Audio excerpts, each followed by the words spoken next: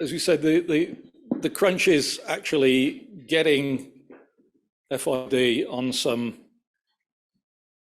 UK clusters. So we've actually got some skin in the game. We've heard about that from Des Nez's point of view, and now we're going to hear about it from the cluster's point of view. No pressure, guys. I'm going to introduce both the speakers while I'm standing up, just to save a bit of time. Ben Keck from Northern Endurance Partnership. Endurance sounds like about the right word for this, because Ben's been working on this for 4.5 years already.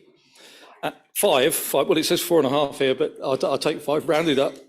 And also looking at his CV, he's a stayer, Endurance. He's worked with several large mega projects from drawing board to production operations. So I don't know, my guess, going from where we are to production operations, or the analog to it on this, is probably the better part of another 4 years. So this looks like a long one. So Ben will tell us where he's at on that. And then David from Progressive Energy will come along. David, I guess, has been on this one for a little bit less longer, but he's probably got at least as far to go before HyNet's out there and working, and comes from a background of CO2 utilisation, and particularly catalysis. So that'll be interesting. I guess, in fact, we were talking about seeing CO2 imports once we've actually got a cluster going and CO2 flowing around.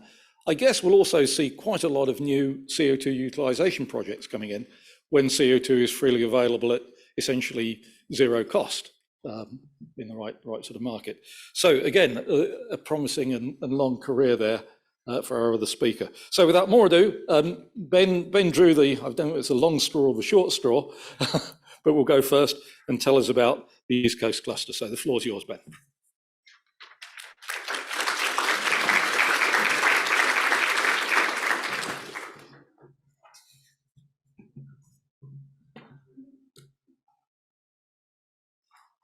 Okay, so because I speak into this.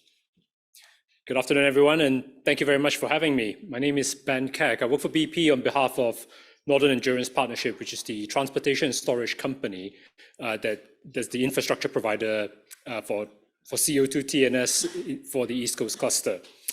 And what I'm going to do today is I'm going to introduce, just for those who are not familiar with the East Coast cluster, what is East Coast cluster about? And then talk a little bit about how far we've progressed and how close we are to FID, in line with some of the points that Nicola had made earlier. So I think one of the good things about being on this project for a long time, for me it's about 5 years, is that eventually your slide makes it onto printed copy. And if you've got a paper copy of the program, thank you very much for printing it out. So that's very good publicity for us. Northern East Coast Cluster, let me just introduce this. East Coast Cluster was one of 2 Track 1 clusters selected through the UK government's Des Nez's cluster sequencing process back in 2021. And its aim is to serve both the Teesside and Humber clusters to decarbonize those clusters, one being the most compact in the UK and one being the largest in terms of emission volumes. Together, those 2 clusters represent about 50% of heavy industry emissions. And with the rejuvenation of those 2 clusters, the job opportunity here, the gross value added to those industries and to those regions is pretty big. It's about 25,000 jobs we estimate. And most importantly, what we're looking to do, in addition to endurance, is making an impact on scale. So the store that we're looking to store the CO2 is very aptly titled Endurance, and I will go into that in a bit more why that's the case. But our initial phase is to target 4 million tons of CO2 injection from end 2027, 2028 time period. And to date, we've got 4 licenses with 6 stores capable of ramping up from 4 to 10 million tons per annum from the 2030 time period. And I think Stuart asked quite a good question about pace of appraisal. Obviously, we want to appraise as soon as possible, but we're also conscious about the sequencing process and matching users to the capacity. But our ultimate aim here is to create a large-scale decarbonization impact to help meet the UK's net zero targets with a potential of up to 23 million tons per annum, because we see about a running room of about 1 billion tons worth of CO2 storage just within the area of Endurance in terms of analogous reservoirs. So as part of the cluster sequencing process, you can see here the original proposal brought forward by East Coast Cluster composed of about 17 projects tied to, as part of one East Coast Cluster in Teesside and Humber. There was a few more projects that's come forward since, and as part of that process, you can see all the names of the projects there. They all represent quite a wide swath of different industries and different business models. So you've got existing industries being decarbonized through the industrial carbon capture model, so post retrofitting of carbon capture. We've got clean power, net zero Teesside power. That's about CCG, new build CCGT, combined cycle gas turbine with post-combustion capture, bioenergy with carbon capture and storage. And that's very important because it provides negative emissions. Enabling hydrogen, blue hydrogen in particular, with the CCS, with CO2 transportation and storage as the backbone infrastructure at the very end there. So this really, when we talk about clusters here, there are 5 different business models to actually make this work, each one being its own separate agreements. It's quite complex, but at the same time, ambitious and necessary in order to actually meet the objective of getting to net zero for heavy industry and net zero for the UK as a whole. And out of that cluster sequencing process, we've got 3 initial users that will take up to 4 million tons per annum.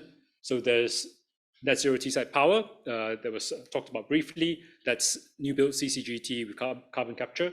And it's important to stress that that project is about complementing the intermittency of renewables. The second is H2 Teesside, which is blue hydrogen, new build again, and new build serving a merchant market for industries looking to fuel switch instead of post-combustion capture. That's equally important to enable net zero for a cluster. And the final one, Teesside hydrogen CO2 capture, that's an existing plant by BOC, which today is one of the largest grey hydrogen producers for heavy industry. And retrofitting post-combustion capture allows them to then sell clean hydrogen to basically one or two major users in Teesside. And that's an important part about decarbonizing existing industry as well. So very simply, if I go on to the next slide, where we are today on the scope is we've got those 3 projects. It's touched on industrial carbon capture, a business model. It's touched on the power with carbon capture business model, and it's touched on the hydrogen business model, plus the transportation and storage. We expect bioenergy with carbon capture to come in later. Obviously, Teesside has energy from waste as well as biomass as well. And you need all of those to actually get to a net zero cluster. But with these 3 projects, plus the transportation and storage, we've got 4 projects that, working with government, are seeking to take a cluster FID in one go. So it's complex enough. You've got different business models. You now have to align the final investment decisions with projects that are of a different nature and projects with varying levels of maturity. So I just want to underscore kind of how complex, but at the same time, the kind of foresight and ambition here in terms of going for a cluster model, because that's ultimately what's going to enable scale and ultimately unit cost reduction for CCS to make this sustainable. So that first 4 million tons per annum is going to give us a lot of insight in terms of how to make a cluster work. But at the same time, it's also important to plan and think ahead. And that's why what we've got is some pre-investment already built in that aligns with the CCUS vision. First part of the pre-investment is the pipeline, the export pipeline from Teesside. That's pre-invested to 10 million tons per annum. I've talked about the stores, so we've got a portfolio of stores. Some might work better than others, but with a portfolio effect, that really helps de-risk what a transportation and storage company can ultimately offer to its users. We've talked, and I also want to kind of stress the actual experience itself of live feedback from injection. That's really ultimately what's going to de-risk a cluster. It's actual CO2 injection into the endurance store, getting feedback on that and getting confidence in being able to inject more, faster, with more storage. So there is upside in those stores as well. And that's why in the subsea infrastructure, we're also pre-invested, for example, on the power and fiber optic line that you see in that diagram. That's pre-invested for up to 30 wells in that whole area. And all of this is really important because as we develop with this concept, it's a subsea concept offshore. So subsea wells and subsea pipeline injection. So from the sea, you wouldn't be able to see anything, but the CO2 will be stored in the reservoir about 1 kilometer below the seabed, 1 kilometer of seal, so very, very safe, very stable. And why it's important to pre-invest up front, because all the future wells that we tie into will simply be subsea tiebacks that you can turn around, repeat, and hopefully reduce the time and the cost as more and more users tie into that network. So it's well thought out for the next phase and supporting that vision up to 23 million tons per annum. We've also done the front-end engineering for the Humber pipeline as well, although we expect that to be part of Track 1 expansion. Endurance itself, so let me talk a little bit about endurance. It's very aptly named because it is the first CO2 storage license awarded by the NSTA. It's CS001. It was actually discovered in the 70s, and an appraisal well was drilled in, I think, 2015 or 2016. And since then, in 2022, we've also drilled a borehole. We've also done the seismic surveys. So basically, as much data just prior to injection has been collected as possible. So it's very mature, and it's also gone through the past CO2 competition that didn't go forward. And that means it's been appraised very extensively, and it's still there, right? And hence why I think it's very aptly titled as endurance, because it continues to endure. It's been there for millions of years. It'll continue to be there. But if we don't take advantage of that, I think the climate crisis isn't really going to move. So it's really a prerogative and an urgency to exploit this. So I talked about the scope and also a little bit about the pre-investment. Hopefully it gives you a sense as to the maturity in terms of the technical part of it. Now let me talk a little bit about where we're heading towards and the maturity of the project leading up to September. So what you see in the background there in that picture, that's the site back in 2019, February 2019, when I first started on this development.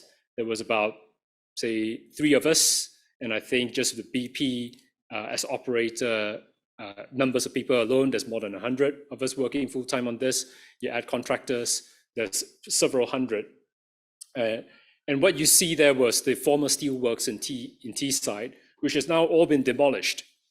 The picture on the right in September 2023, that's been graded, and the site is now ready for actual construction.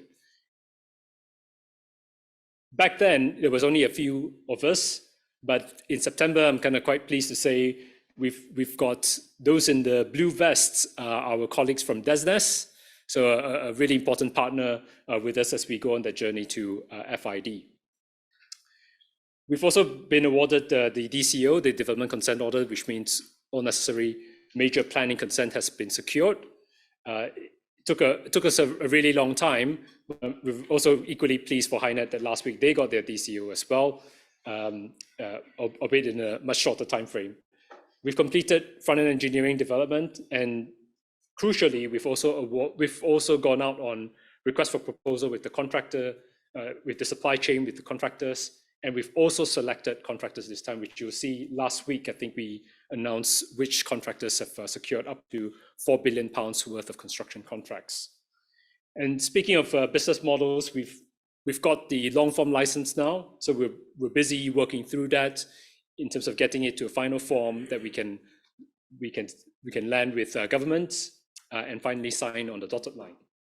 And that all points towards cluster FID in September 2024, which as a kind of preceding step, what's happening next month is we will be submitting from CS001 license. We hope it'll turn into CS001 storage permit to actually inject. So next month, we'll be submitting a final storage permit to the North Sea Transition Authority as the regulator, and crucially to tap into the financing, London as the #1 green finance center in the world, to do bank launch, because we will be raising project finance and bringing the banking financing community with us to make these projects financeable and hence commercially viable and scalable. You need the capital to make this happen, and to do that, lenders need to be comfortable that it has been sufficiently de-risked, not just individual companies taking on risks. And we hope to be ready in about 4 years' time to actually start CO2 injection. And I just want to reflect a little bit here. 2 years ago, I was in Sheffield at the same spring conference. And I just want to contrast a little bit in terms of 2 years of progress, what has actually changed. I mean, the first thing to say is, as a graduate of the University of Sheffield, obviously Sheffield is a better location. So John, I'm sure you agree with that. But nevertheless, Manchester's equally cool.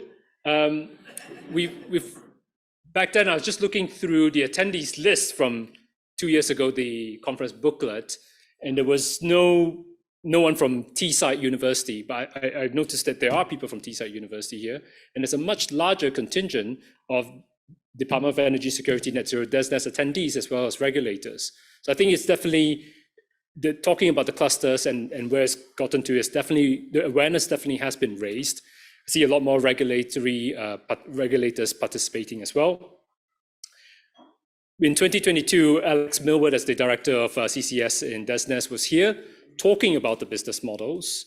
And today we're at a place where the long form license has already been drafted, and we're in the final stages of getting that to a place where it's in a position both parties can actually sign. So that's a really long way. I've got colleagues who are spending all-nighters reading, just the license alone is over 600 pages. And when you add all the supporting agreements behind that, that probably gets into about the kind of 1,000 pages. And then you add the network code, that's going to be coming out next month, I believe, the full form. That's also going to be well into the hundreds of pages. Bank launch, thousands of pages. So amount of documentation and the amount of man hours being spent on this is staggering, to say the least. 2 years ago, we were just about starting FEED. We just entered FEED. And thanks to Brian is here, you remember, thanks to UKRI funding, which co-funded our FEED development. You know, we're pleased to say not only have we completed FEED, we've gone out to the market, we've got actual real bids back, which were also partly done by some of the FEED contractors, demonstrating that our contracting strategy has actually worked as competitive FEED. And also we've concluded that funding program with UKRI, such that we are able to share key knowledge deliverables for the benefit of the CCS community as well. 2 years ago, we were in the DCO examination mode. That was a very long period of consultation and examination. Again, thousands of pages of submission. You can see that in the public domain through the Planning Inspectorate, thousands of pages of submissions. And we were very pleased that for the DCO initially in Teesside, it was broad support locally. There were some more, I would say, kind of questions about whether it's safe, etc. More broad questions that went into that DCO, but broadly, very, very strong support, and it's now been awarded. And I mentioned the storage permit. The storage permit has gone through several iterations, even back then in the last competition. But today, where we're at, that's again, I think, probably hundreds, if not 1,000 pages of documentation to the NSTA that's backed by a baseline survey that we carried out, I think it was 2 years ago. So if I now look at the maturity of the scope that I mentioned, you've got a site that was former steelworks, has been demolished. The site has been remediated. It's the perfect place now to actually build the plant. You've got the gathering network that will make use of existing networks in Teesside so as to minimize the footprint. That's been 3D laser scanned, extensively surveyed, so we know it very, very well now, minimizing brownfield execution risk.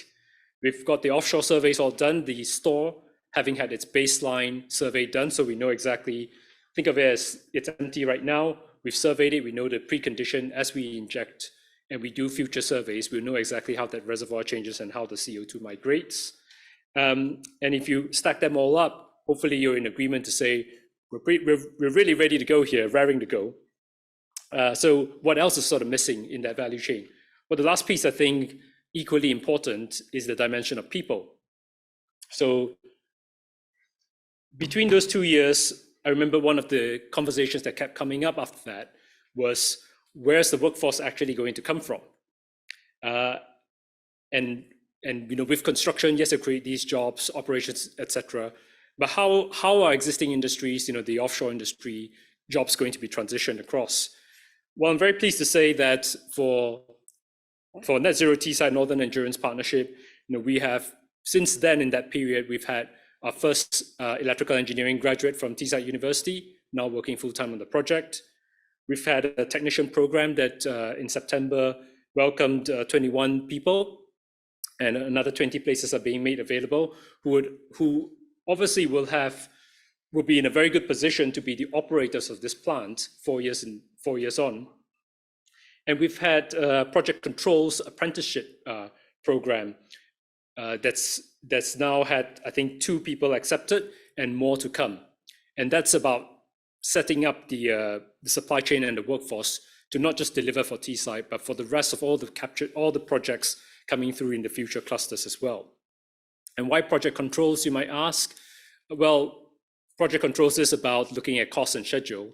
Cost and schedule is pretty important on these projects, and hopefully we will meet our cost and schedule, and the people who get trained out of this will help in doing the same for the other projects coming to make this industry a reality in the UK.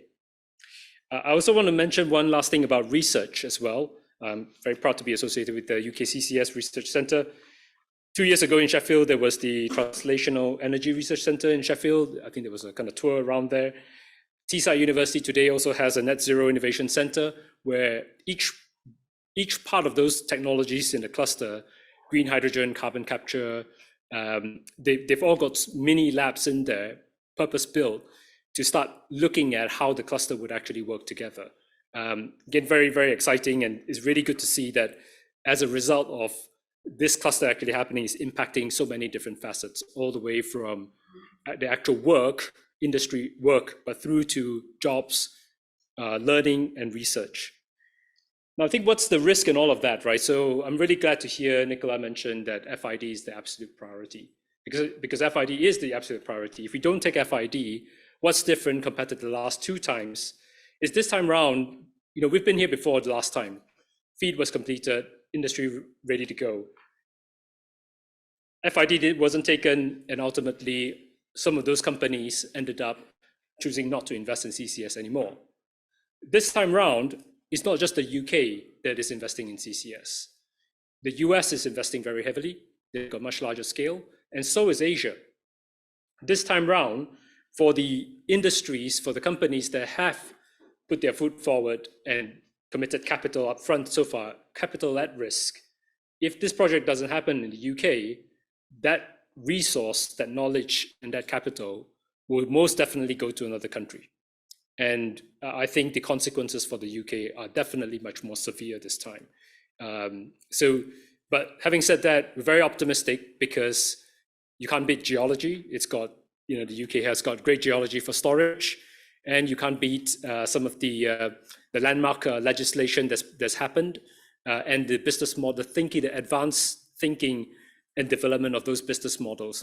All that paper that was generated, that hopefully will serve the model as the global leader for the rest of the country, just like how the UK was the leader in electricity market deregulation that spread to the rest of the world. So I'm really optimistic, and I hope it's not another number of years before I actually see CO2 injection. It's long enough to try to kind of get to the start line, but I think we do need to kind of get to the start line and get to the finish line and start seeing some real results. And so with that, thank you very much for listening to me.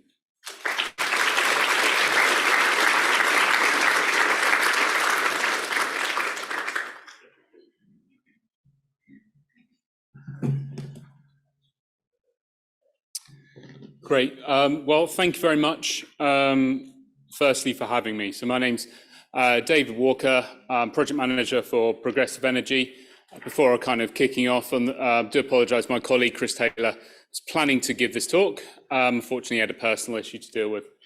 And also, before I go on, for the spirit of, in the spirit of balance, as a Greater Manchester resident, I would say actually this is a much better venue than Sheffield could ever be. But yes, so I intend to really talk the vast majority about HyNet, but actually quite interestingly, after Nicola's presentation, I'll wrap up very quick fire through what we see as the next cab off the rank in terms of moving on to what goes beyond the first 4 clusters, and within talking a bit more about the peak cluster that we're dealing with. So before I move on and start about HyNet, I work for a company called Progressive Energy. We are effectively the originator, the architect of HyNet, but also have worked as the integrator for all of the cluster partners. And I think the 2 words I'd written before even it started, but it's kind of becoming a bit of a theme, where it's a complex ecosystem. And I think that has kind of been a theme that's come through all 3 presentations, and you'll see coming through here. But also the key thing that we see for HyNet is a complex ecosystem of both hydrogen decarbonisation and direct decarbonisation for industrial sources. It is demand-led from both aspects, and I'll be talking about that now. So on the left-hand side, we've been delivered by an industrial committed consortium of infrastructure partners. It's been really underpinned over the last 3 years by UKRI, being a supported IDC project, being a track 1 selected project, where Progressive Energy has played that integration role with core infrastructure in pipelines being provided by Eni, who are the transport and storage CO2 company, by Cadent, who are the hydrogen distribution company, Ineos Innovin, who is store hydrogen. I'll talk a bit more about this later on, but also some actual underpinning CO2 emitters. Heidelberg Materials, cement plants, used to be known as Hansen, EET Hydrogen, who I should probably be saying this quite a lot, who used to be known as Vertex, rebranded to SR Energy Transition Hydrogen, and University of Chester. And I've got a slide a bit more on what's the role of academia has been as part of the core cluster to date, as well as SR Refinery as they look to decarbonise. So they've been involved in providing the core infrastructure design, feed engineering and consenting processes, which I'll talk through. But they're the providers. It's really been led by that industrial regional demand. So if you can see the level of complexity, getting effectively, excuse me, I'd say 6 or 7 core infrastructure providers aligned is a tough ask. I'm not going to even bother to count how many of the regional demand players, such as Encert Glass, Europe's biggest bottling plant, needing hydrogen to replace their hot temperature processes from the current natural gas supply. Everything to Jaguar Land Rover and Speak, again, looking to decarbonise by looking low carbon hydrogen.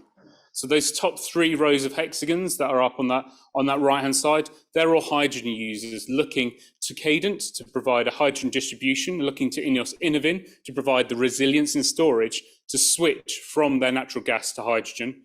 And they are in turn looking to, in the first instance, to ET Hydrogen, as well as Vertex, to provide that low carbon hydrogen. That's then reliant on the CO2 being captured, transmitted and stored by Eni. So you can see that full supply chain of requirements that's underpinning everything is any Eni in providing that transport and storage system. The bottom row on there is equally as important. That's demand-led industrial processes. Heidelberg Materials and Viridor. I'll let Edward talk more later about Viridor's need, but they don't have an option to fuel switch. So it's actually capturing the carbon dioxide from an energy waste plant or cement plant. Again, it's demand-led to decarbonise the region, which has been the underpinning force of HyNet through the last 5 or so years. So I apologise for those who've seen this map many times. I can assure you that I presented it even more. This is obviously the overall northwest, and we're on the map in Manchester at the far extent. Really, what HyNet is focused around Ellesmere Port. Ellesmere Port, Stanlow Refinery is there, and that's where the SR ET hydrogen plant will be based. This will generate hydrogen from natural gas in its first plant. That's one of the track 1 emitters. That's been supported by DESNZ. We'll be using Johnson Matthey technology, capturing CO2 and distributing hydrogen, really the core of that. And actually we see that as the enabling technology for HyNet, for this transition for industrial fuel switching, to enable the volumes of hydrogen needed for that expansion of the cluster. I'll talk a bit about hydrogen and I'll come back onto CO2. So the hydrogen then is distributed by Cadent, and we actually go east. And we go east because we're going to where there's significant users, but also critically we're going to this salt cavern storage, which is in just by Northwich, that uses the Kuiper gas field, uses technology that's been used for natural gas storage for decades. In the same vein, this will provide continuity in both demand. So when the demand users change daily, but also seasonally, and also actually will give a bit more continuity of supply when we see more and more electrolytic hydrogen plants come online, and where effectively their supply may vary a bit. Added through all of that, Cadent will have got the solid cross is what's in their plan at the moment for their first phase, their first main phase of expanding around the Ellesmere Port region. The dotted line is then their growth plans beyond that to and other industrial users all across, anywhere from Lancashire to Manchester here, and all across to Wales into Flintshire and to Wrexham. So real expansion of hydrogen, really exciting. I suppose, as I was alluding to before in my supply chain model of what I was saying, all of that's reliant on the hydrogen being produced in the first place, and all of that's reliant on the carbon being captured. So if we then take a step back and look at really what's focused here on the carbon capture storage model of around that track 1 cluster for HyNet. So this is really fundamentally central to all of this is our transport and storage partner, Eni. And as Ben said before, we had the fantastic news last week that we've been awarded our development consent order by the Secretary of State. If anyone's interested, there's 11,002 pages of an examination authorities report, which is good bedtime reading. But it was a lot of hard effort from everyone involved from the Eni team in terms of everything from the engineering design to the community engagement to the planning and environmentals that needed to be done. This, I think, as again, everything that Ben's saying, I'm echoing. This is a fundamental piece in the puzzle now that we have. We've got consent for the hydrogen plant. We now have the consent for the CO2 pipeline. We've got the consent for the changes we need to do at the coastal terminal at Point of Ayre, which I'll come on to shortly.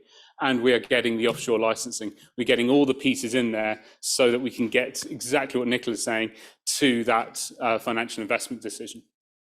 Anyway, so I talk a bit more about the geography. I got a bit more carried away there. So the CO2 pipeline, it starts overall in, its beginning point will be, at the moment, focused at Runcorn. Again, Edward's talking later, and that will be the start of the pipeline that's based in Runcorn. It will then go to the Protos area, where there's another track 1 emitter in Cyclus, energy for waste plant. It will link it to Cyclus energy for waste before it then continues to Stanlow refinery. So at the moment, there's track 1 emitter there, and that's the first hydrogen production plant. We're hoping that there will be more in the future, and that will link in and provide the hydrogen for HyNet. The CO2 will then be transported in a pipeline across underneath, subterranean pipeline underneath the Cheshire and Flintshire countryside, under the River Dee, where it will then link up with a spur pipeline coming from Heidelberg, Heidelberg Materials. So this is the leading CO2 capture plant based on cement in both clusters.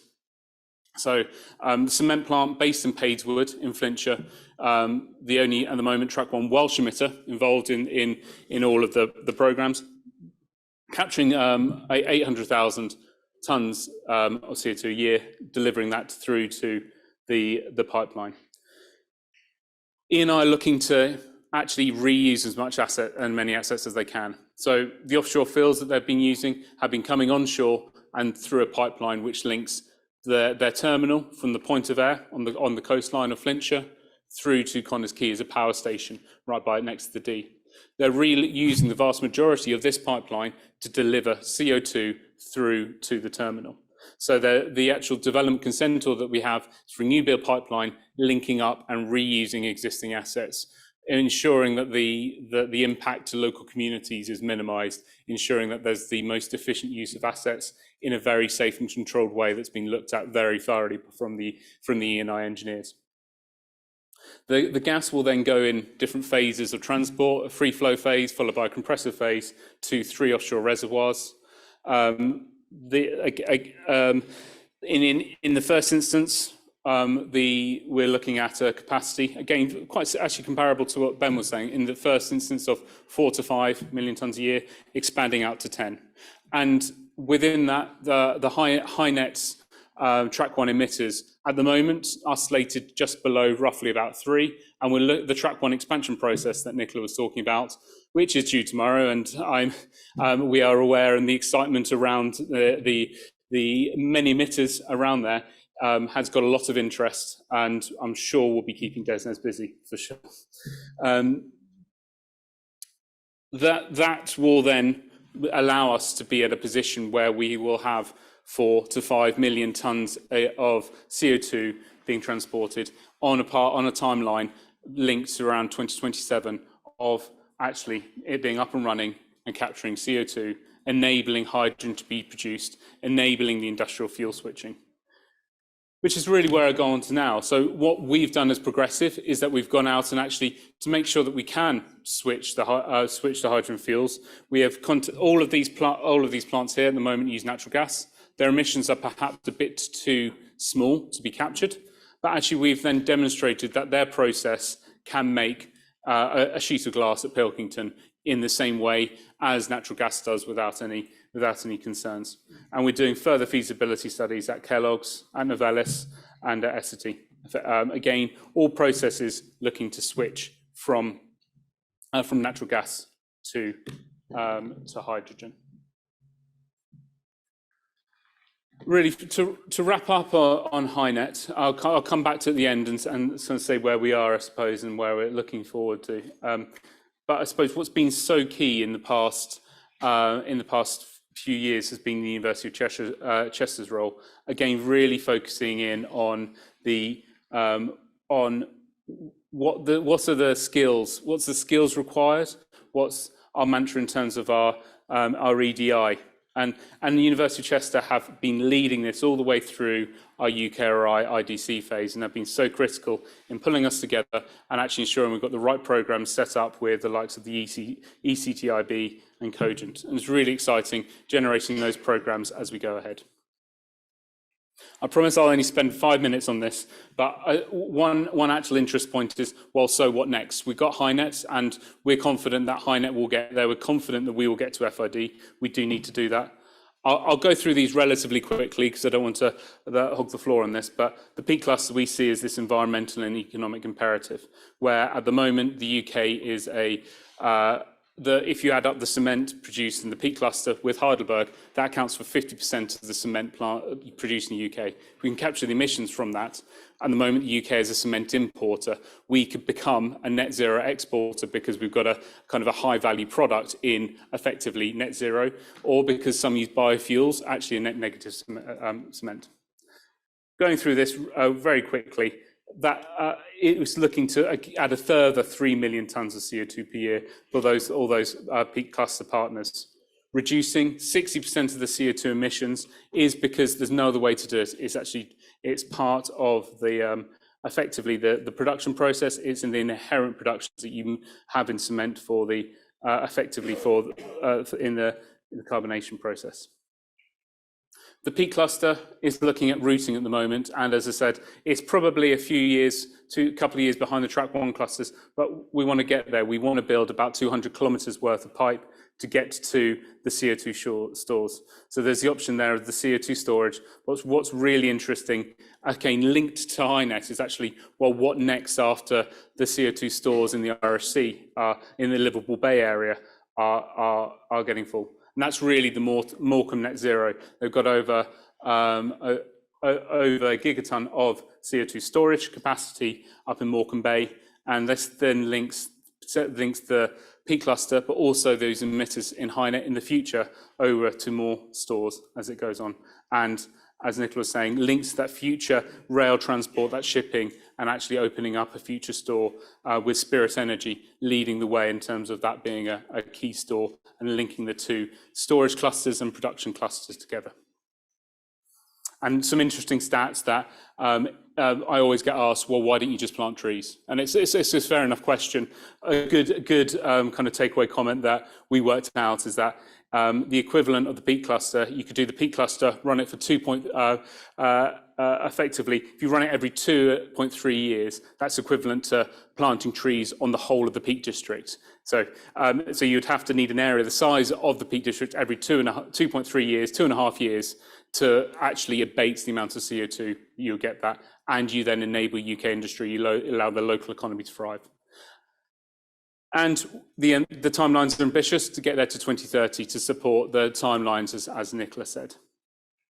Before I hand over to questions, I just want to do some observations as well. And really, I suppose where we are now is I completely agree with all the statements saying peak cluster is fantastic, but what it needs HyNet and it needs the endurance to get to FID. And we're behind that. We're doing everything we can. We are getting some fantastic news. The HyNet CO2 pipeline DCO is a step in the right direction. The agreements, the heads of terms reached between the TNSCos and government, it will step in the right direction. And if we can get that, I do agree. I think everything else will then fall into place and we'll get going. And clusters like the peak cluster will be able to happen. We'll be able to have the momentum. We'll be able to move to much more of a merchant market, because that FID for the track one and the two track one and the two track clusters will then happen. So thank you very much.